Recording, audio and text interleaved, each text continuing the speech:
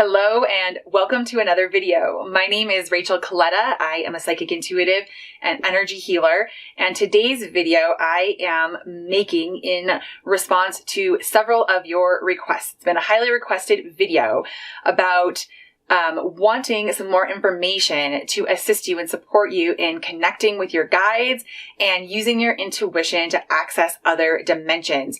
So specifically, Katie Quell asked, I would love to learn how you can tune into your guides. I'm very intrigued by your channel. Thank you for your question, Katie, and thank you so much for watching. I would love to give you some more information to support you in this. And Andre Rodriguez said, you are so lucky that you can achieve higher states of wisdom without requiring the aid of psychedelic medicine. Please make some videos on how to achieve this through your meditation techniques. Again, Andre, I'm happy to share some more information with you. And as you will see, as I share with you some of these steps and some of the energy that's really helpful to create as a set point to access our intuition more deeply, this is definitely not based on luck. It's based on practice and based on some tried and true techniques that you can implement, that everyone can implement to reclaim your birthright of your intuitive power. Then Ethan also asked, I would love to hear your technique on accessing other dimensions without exogenous DMT. The beings in there are surely telling me it is possible. Yes, Ethan, you are right. It is possible to access these realms solely through the conscious use of your intuition, which is what I'm going to be going into in more detail in this video. So what I decided to do was address all three of these questions in sort of a one-stop shop video, because really what all of these questions are getting at is how to access the intuition more reliably, more deeply, with more intent and more consciousness. So this is really all about intuitive access. That's what I'm going to be talking about in detail in this video.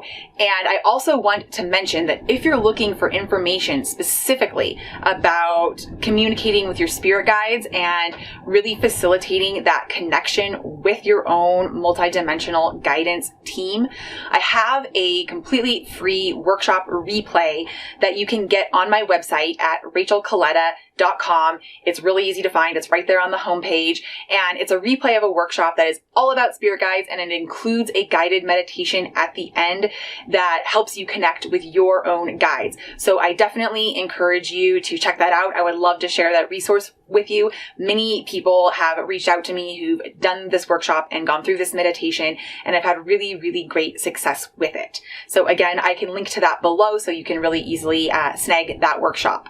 All right, let's dive right in. So when we're talking about expanding our intuition, about accessing our intuition, opening our intuition, awakening our intuition, what we're really talking about is expanding our awareness and our perception. What I mean by this is many people describe intuition as a sixth sense, and that's not actually how I see it. How I see intuition is a deepening of our physical senses, right? Clairvoyance, sight, claircognizance, knowing, clairsentience, feeling, clairaudience, hearing, clairgustance, like tasting, clairalience, smelling. So we're taking these senses that we use to perceive the energy that makes up our physical world, right? We've all learned in science that when you see a table, that's not actually a table. It is a arrangement of molecules and atoms of energy that your brain interprets as a table. So we're using these senses to perceive non-physical information and label that and create our physical reality. So when we're using our intuition, what we're really doing is taking these senses and we're deepening them to allow them to perceive beyond the material, to perceive beyond the third dimension. So that's what we're really doing when we're working with our intuition. We're deepening our experience of our senses. And these are these senses that are an extension of the physical. So in order for us to use these senses, to use these tools of energetic interpretation beyond the physical world, this is going to ask us to release behaviors and patterns that numb our physical experience. When we're engaging in behaviors and patterns that numb our physical experience, we're blunting our ability to use those senses even here in our material world. So of course, it's going to be really challenging then to extend them into these other dimensions of perception. So what we really want to do is clear up our ability to sensitize, to remove the desensitization from our physical senses. So when I was a child, I was an incredibly psychic child and had a lot of really, really powerful, potent, other dimensional experiences as a child. And through my teens and my 20s, I engaged in a lot of numbing behavior for various reasons, partially because of my openness, my psychic openness as a child, and also because of some various traumas that I experienced in my childhood and in my teens. So I chose to manage those experiences through a lot of numbing behaviors. For those of you who are new to my channel and don't know a lot about my story, excessive binge drinking, I had a 16-year-long eating disorder. That's just really scratching the surface. So me working through those shadows was imperative, was instrumental, was the first step in my intuition opening back up and my ability to reclaim these physical senses and use them more acutely in my physical reality, and then eventually be able to extend them out into other dimensional experiences. So if you're really serious about opening up your intuition and about sharpening these sensory perceptors, what you're going to be invited to do first and foremost is clear out the aspects, the behaviors in your life that you might be using to numb. There's so many different ways that we can do this, and what is completely healthy for one person might be a numbing behavior for another person. So this is a very personal thing that invites you to really take a very present, clear, and honest look at yourself and your life and your own behaviors and patterns. And if you would like some help and assistance in really diving deep into your shadow, I have a shadow work masterclass that I will link to below as well. That will be instrumental in helping you open your intuition and have those senses be sharper.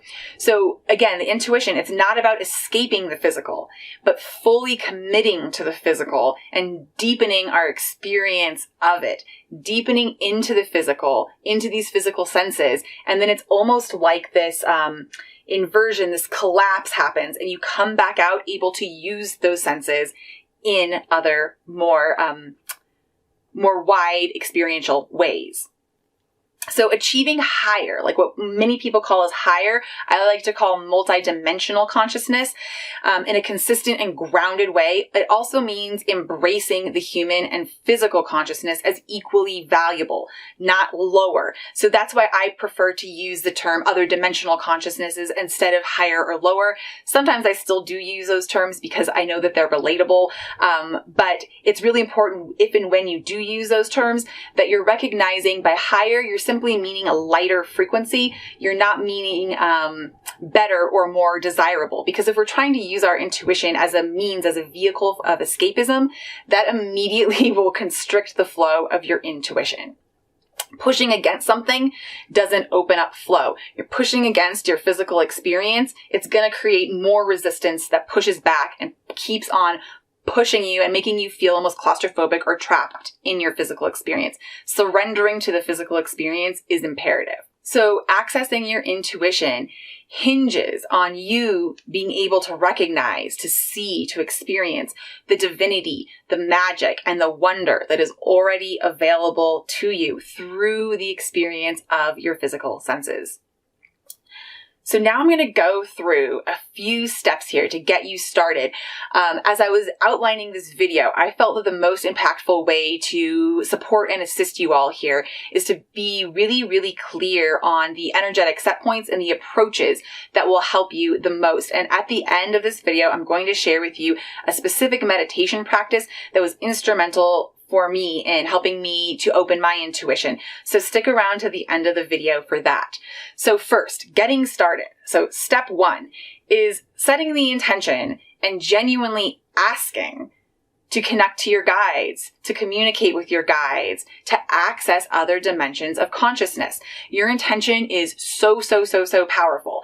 So consciously, and even in a ritual that feels really good to you, creating that intention and asking the question. Asking a question literally creates an open space. And when an open space is created, when an energetically open space is created, it's like a lock and key mechanism where it attracts what is the very match to fill that space. So when you ask a question, you've already started the manifestation of that answer. So that is step number 1. It is very important not to skip that step. All right, so step number 2 is creating the right energetic set point. So what is the right energy to help you more easily, more impactfully, and more consistently, more reliably be able to access your intuitive powers, your intuitive senses? Here's the energy that you want to use to create that set point. The energy of releasing expectations, the energy of curiosity, openness, spaciousness. That deep inhale and exhale of spaciousness, play, even neutrality, non-judgment, surrender, imagination, and really, really importantly, self-trust. So with self-trust, I like to describe this in a way that it was downloaded to me, which is the stair steps of truth. So with the stair steps of truth, there is no top step. There's no destination. There's only expansion. And every time you land on a new step, you have a new perspective, right? You look out at the world around you from that new step, and truth looks a little bit different. The next step, truth looks a little bit different. And that in no way means that when you were on any of the previous steps, you were misinterpreting the truth. You are absolutely receiving accurate information from your current point of perception. So it's so important to have this self-trust, to trust the information that you're receiving, trust that it's true for you right now.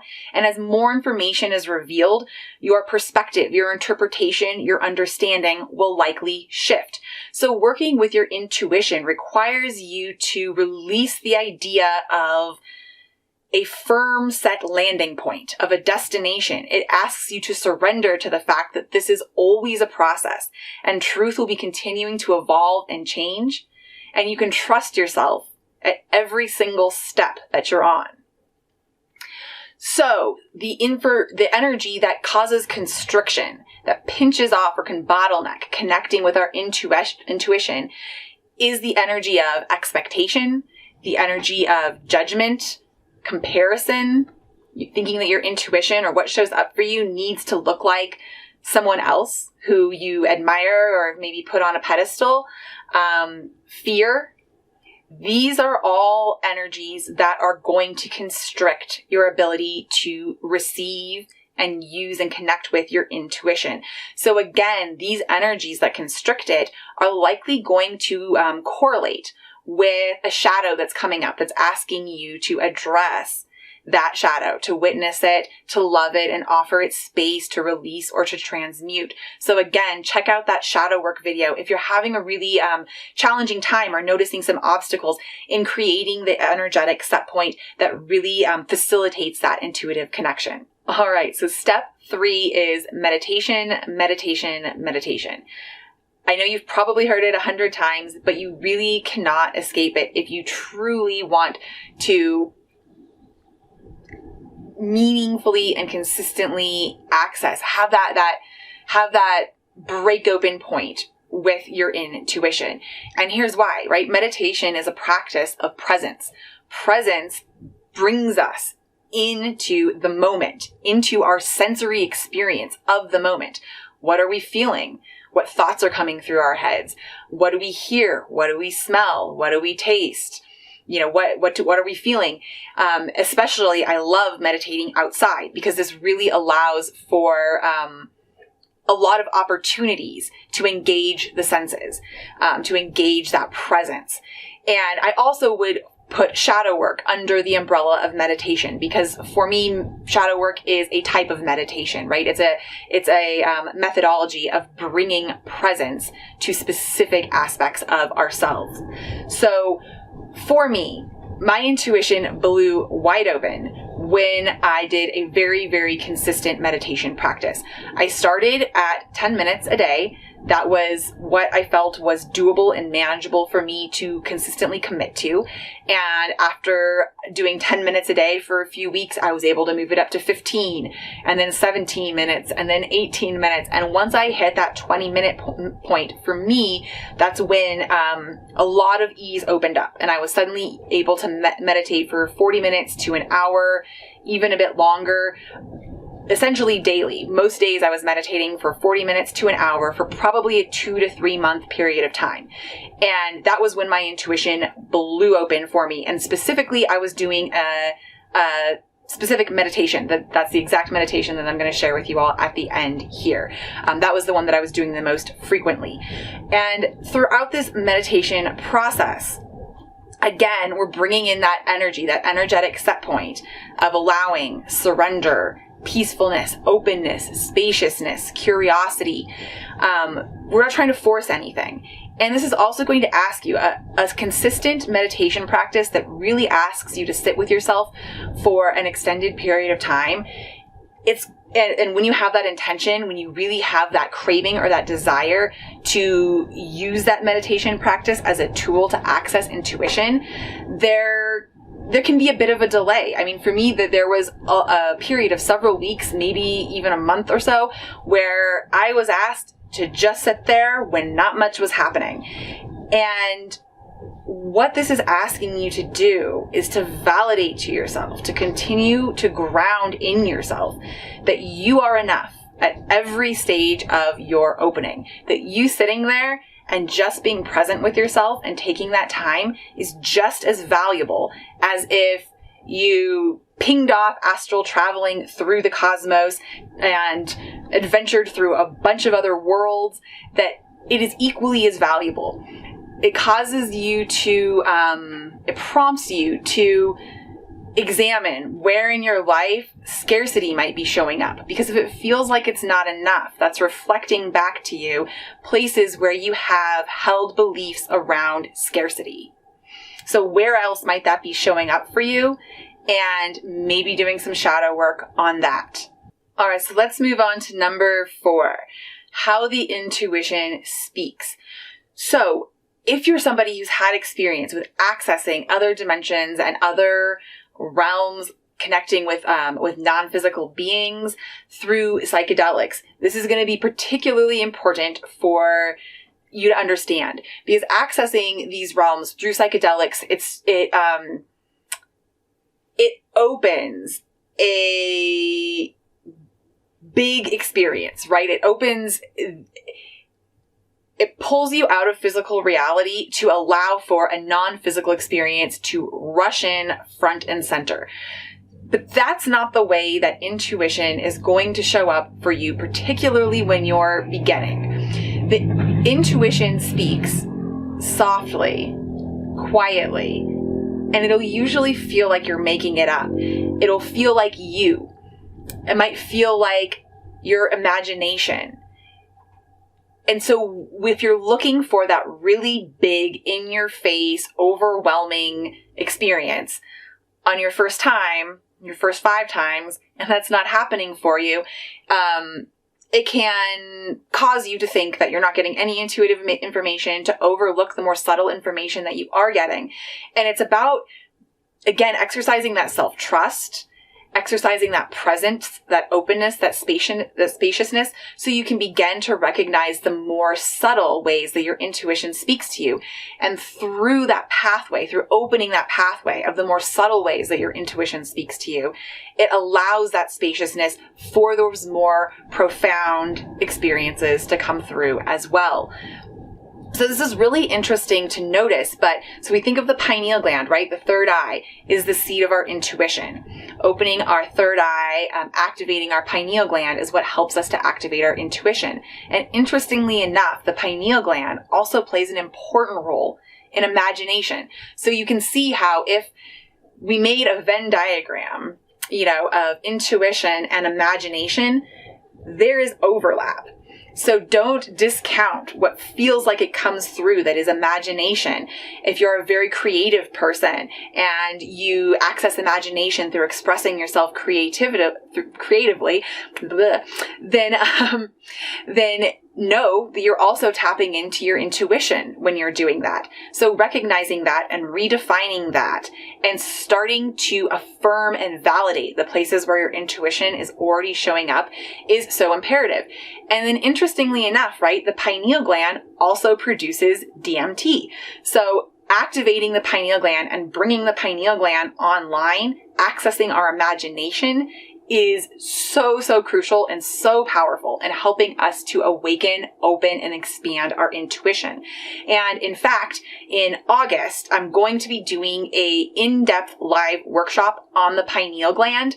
I already have a workshop planned here for July that is going to be about light workers and star seeds and way showers and the current purpose that we're being asked to step into. So if you'd like to join me for either of those workshops, and again, that pineal gland one will be in August. Again, make sure you head to my website, rachelcoletta.com. You can request that spirit guide workshop and meditation, and that will automatically add you to my newsletter so that you can be notified of those workshops if that interests you. So that is really important as well. Understanding how the intuition speaks and redefining that so that we can become like a fine-tuned machine to recognize any time the needle is starting to quiver, as opposed to these big swinging motions. That's really going to bottleneck your ability to call forward and and access your intuition in a consistent, meaningful way. So number 5 is the intuition journal. Keeping a record of all of your intuitive hits and bringing your journal everywhere with you. So you do not have to understand or know the meaning of your intuitive hits.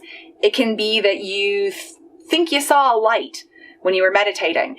You could be driving in your car and you hear a song and there's something about certain lyrics where you know it means something, or you know it applies to something in your life. These are all intuitive hits. And I wanted to show you some of my intuition journals. I took this practice on incredibly seriously when I first began. So again, I don't feel that I am lucky to have practiced to the point where I'm able to reliably and consistently access intuitive information and interpret it. I actually feel like I spent several years getting a PhD in my own intuitive language.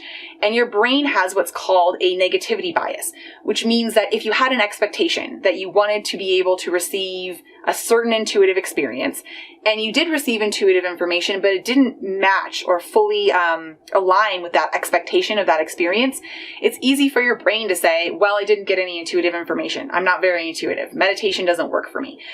And that could not be further from the truth. Anytime I work with someone one-on-one and they think that they're not intuitive or they're not getting intuitive information and we dig a little deeper, we always find that they are. They just haven't recognized it or identified it as such. So when I first began, I took this very, very seriously. I brought my journals with me everywhere and I wrote everything down. This is this one is back when I went through my Doctor Who phase. And I think this is from 2014. And I've got all of these journals here. And honestly, I just grabbed a handful out of the back. This is probably 20% of all of my journals. I used these small ones to put in my purse and bring with me, and then I used these bigger ones to write down more in-depth experiences and the feelings I got with those experiences while I meditated. So really becoming an expert in your own intuitive language is incredibly important. There's no one else whose intuitive language is going to be like yours. You speak a unique intuitive language, and so therefore using other people's reference points isn't going to work 100% for you. There might be some overlap, but it's not going to work 100% for you. So there's really no shortcuts here. It's just about diving in and finding your own intuitive language. And I love writing down everything that you get, even if you don't know exactly what it means. I've gone through some of my old journals and I've read things that at the time I had no idea what it applied to. And all of a sudden I look at it now, I know exactly what it relates to, and it blows a part of my knowing wide open. It instigates a bunch of downloads. And then I have things that I'll go back and look at and I still have no clue what it means. And that's okay.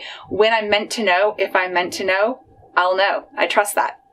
So using the intuitive journal is a hugely impactful tool. All right. And then number 6 is about cycles of intuitive development. So this is really important to understand when you get started, because if you don't understand about the cycles of intuitive development, it's easy to become frustrated or to feel like you're just going in circles. So the way the intuition works is your intuition will open or rev up. Then your intuition will become more subtle, or for some people, it even feels like it really is going quiet. And then the intuition comes back, often with fresh expansions and expanded abilities, fresh expressions. And then the intuition goes quiet again. So, right, this is a cyclical thing that I am not immune to. I'm at the place now where my intuition does not go completely quiet, but there are cycles, portions of cycles where my intuition is very, very loud, and it's very, very easy for me to, even just in my day-to-day experience, get downloads, move into other dimensional understandings and realities. And then there's times where that's a little bit more challenging, or the information just isn't quite as sharp. And that's totally okay. That's actually exactly how the intuition works, because that's how expansion works. Again, if you've watched my channel for any length of time, you've probably heard me talk about how expansion is like a beating heart. It depends on these openings and closings, right? The expansion and contraction. That's literally the propulsion of expansion. So the cycle goes on and on and on. A constant dynamic expression isn't realistic, and it's not how the universe works. That you need actually time to integrate and to human. Again, your intuition is not a vehicle to pull you out of your human experience. It's a vehicle to help you enrich your human experience by taking information, knowings, feelings, psychic experiences from other dimensions, other realities, and bringing them here into the physical. So you need time to integrate those experiences and to be a human being. You need time to clear and release what's come up, what's arisen from your most recent expansion. So, right, as you expand, as your energy, as your frequency lightens, energy that's denser, that's no longer a match to that expansion, is going to rise to the surface and need time and space to release so that you can really ground that new energetic set point. So you want to trust the ebb and flow, right? Just like the tides.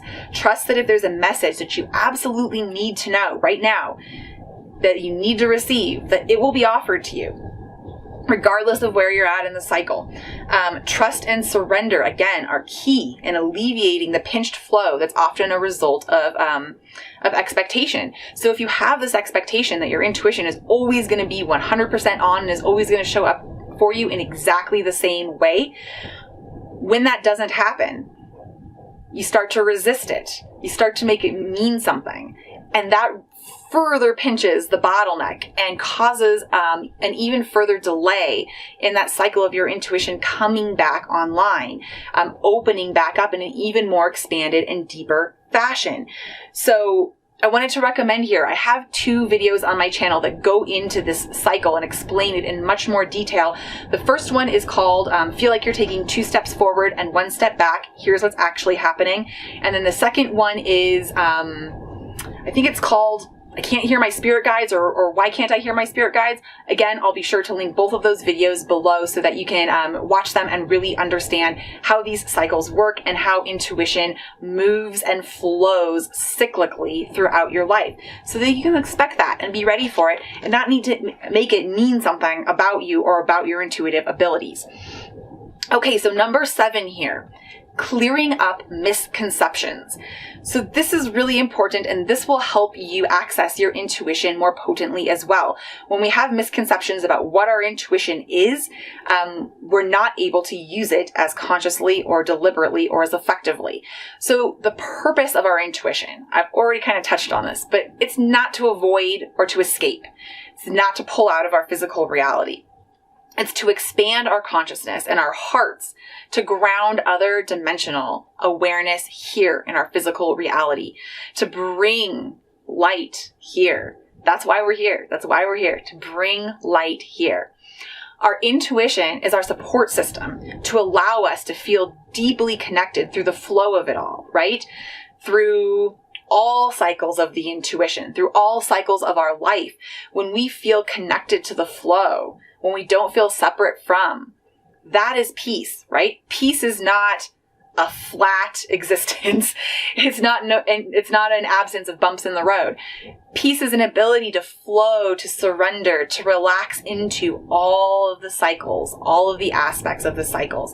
That is the purpose of your intuition. That's the purpose of being able to access these other dimensions, being able to have access to your guides, to your spirit guide team, to help you surrender and relax and move through these flows, these ebbs and flows with ease.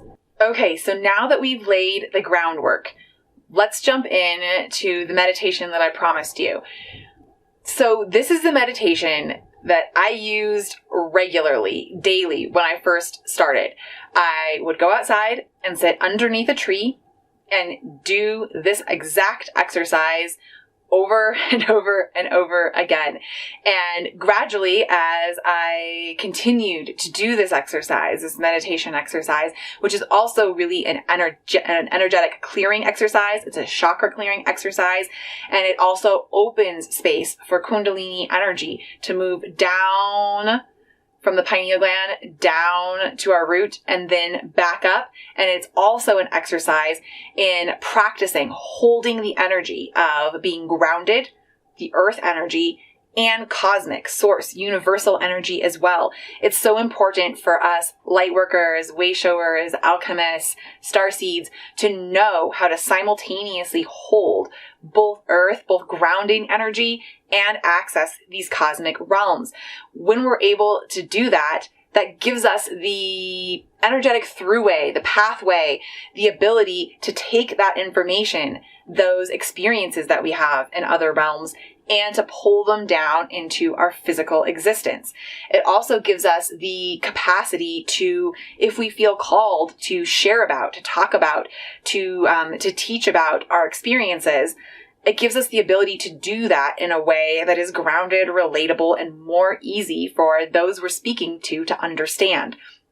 So, without further ado, what I would do is sit down on the grass under this tree and first close my eyes, take a few deep cleansing breaths, inhales and exhales, and then visualize, allow, imagine my roots.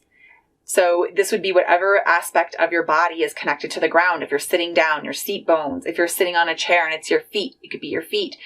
Roots going down into the ground, down into earth, spreading as deep and as wide as feels good for you. And on different days, that might look a little bit differently. So it's just interesting. Again, just bringing in that curiosity, just noticing, how do my roots want to spread today? What might that be correlated with what's showing up in my life? Just observing, getting curious, seeing what information you're able to extrapolate based on your own energy. Then, beginning with the root chakra, right, located down at the tailbone, opening and spinning that root chakra. Then moving up to the sacral, opening and spinning the sacral chakra. moving up to the solar plexus, opening and spinning the solar plexus. Same with the heart, the throat, the brow chakra, and the crown, and allowing all of these chakras to open and spin out. And again, just noticing them. Are there different chakras that like to open wider than others? Does the spinning of different chakras feel differently? Do you notice any density or heaviness in a certain chakra center? And allowing those to just be. And then bringing your intentionality to allowing the earth energy, the Mother Earth grounded energy, to come up through your roots and move up through each chakra, and spending as long as you need to in each chakra to notice what that earth energy feels like, sounds like, tastes like, looks like, how it shows up for you in each of the chakra points as it moves up. And then once you get up to the crown, the different days I would like to use different visualizations. Different ones would resonate with me, but it would either be a lotus flower or an antenna.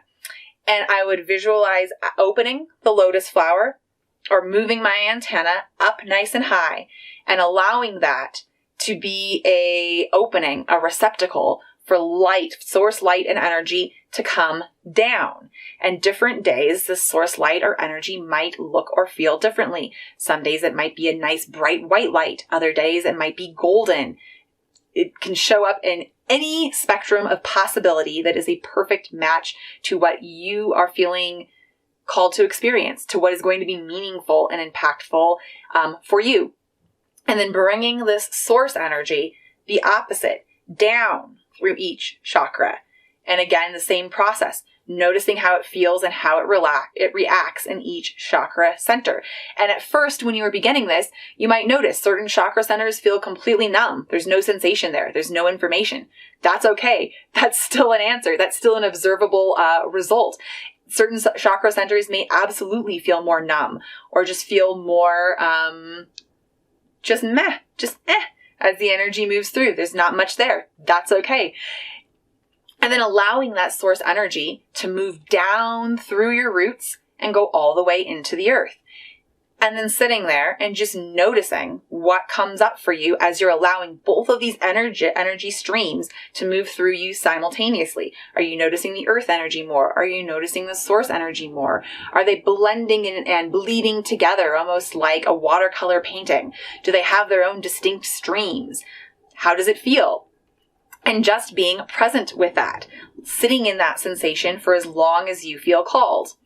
And then to close out, as we do for any intuitive or journeying exercise, we move backwards in exactly the reverse order that we started. So when you feel like you're ready to close out, and closing out your energy is extremely important. Please do not skip this step. You go the reverse, right? So if you have a lotus flower, or you might notice that you have a different visual that shows up for you, which is absolutely okay. I would imagine closing it, not all the way, but just to the degree that felt like I was still connected, but I was able to return back to my physical body. And different days, this might be a different amount. And the same thing with that antenna, allowing it to come down to the place that felt appropriate. Then closing up, spinning and moving our chakras into body, right? Bringing them into our body. For most people, a chakra size that feels good is about like a softball, but that for you, that might be slightly larger or slightly smaller. It might differ day to day. So allowing your chakras to come into body and spin to close, and then bringing your attention down to your roots and allowing your roots to come up to the degree that feels good. Some days you might notice that your roots want to stay really spread out. Sometimes they might want to come up a bit. Sometimes they might want to come up a bit more, and closing out in that way. And then I would always like to end by smoothing my aura, just like sand on glass. Smoothing around the front, smoothing the sides. I spin around almost like my aura is a bubble, and if I turn around facing backwards, I imagine that I'm actually looking at the back of my aura, and I close and smooth that as well. So this meditation gives you complete energetic sovereignty. And again, it allows us to practice opening all of our chakra centers and moving energy through them, which is exactly the skill that you need to be able to access your intuition. And as I did this meditation more and more often, as I allowed myself more and more time and space to sit with these sensations and these energies and what was coming through for me, over time, after, sitting there for 40 minutes, an hour, after a few weeks, more and more began to come through. I began to be able to travel through certain chakras as though they were portals. Guides began appearing to me. I also used the meditation that I share in my spirit guide workshop to directly be able to access my guides. And suddenly I was able to get more information. I was able to have more impactful connections. And I also know that several of the people that I've worked with one-on-one have had amazing results with this meditation. So I wanted to share it with you all so that you can practice it and use it to help make space for that intuitive flow and help you deepen your sensory experiences as well. All right, so those are the most important things that I wanted to share with you all today. I don't want this video to get too long. I want to thank Katie and Andre and Ethan again for your questions. Thank you all for being here and for watching. And I also want to offer you, if you would like additional support, I do offer one-on-one mentorships. All of my mentorship spots are currently filled, but if you'd like to be the first to know when I open those up again, you can email me at rachel@rachelcoletta.com and ask to be added to the first to know list. In probably about 2 months, maybe 3 months, I might be opening those spots for more mentees. I haven't quite decided, but I will definitely have some spots open before the end of the year. I also offer intuitive readings and energy healings. Energy healings are great if you'd like additional support in working through your shadow. Again, I also have a few workshops coming up that I would love to invite you to, so be sure to jump on my email newsletter on my website to be notified about those. And I also have a course that I am currently creating. I'm hoping to have it ready by August. That's going to go into much more depth, cover a lot more information than I'm able to cover in a YouTube video about accessing our intuition and about accessing other dimensions and other lifetimes and bringing that information, those knowledge, those gifts into our lifetime, into our experience, into our ability to access here. So again, go ahead and join the email newsletter if you want to make sure that you are notified when those are released. Again, thank you all so much for being here. All of my love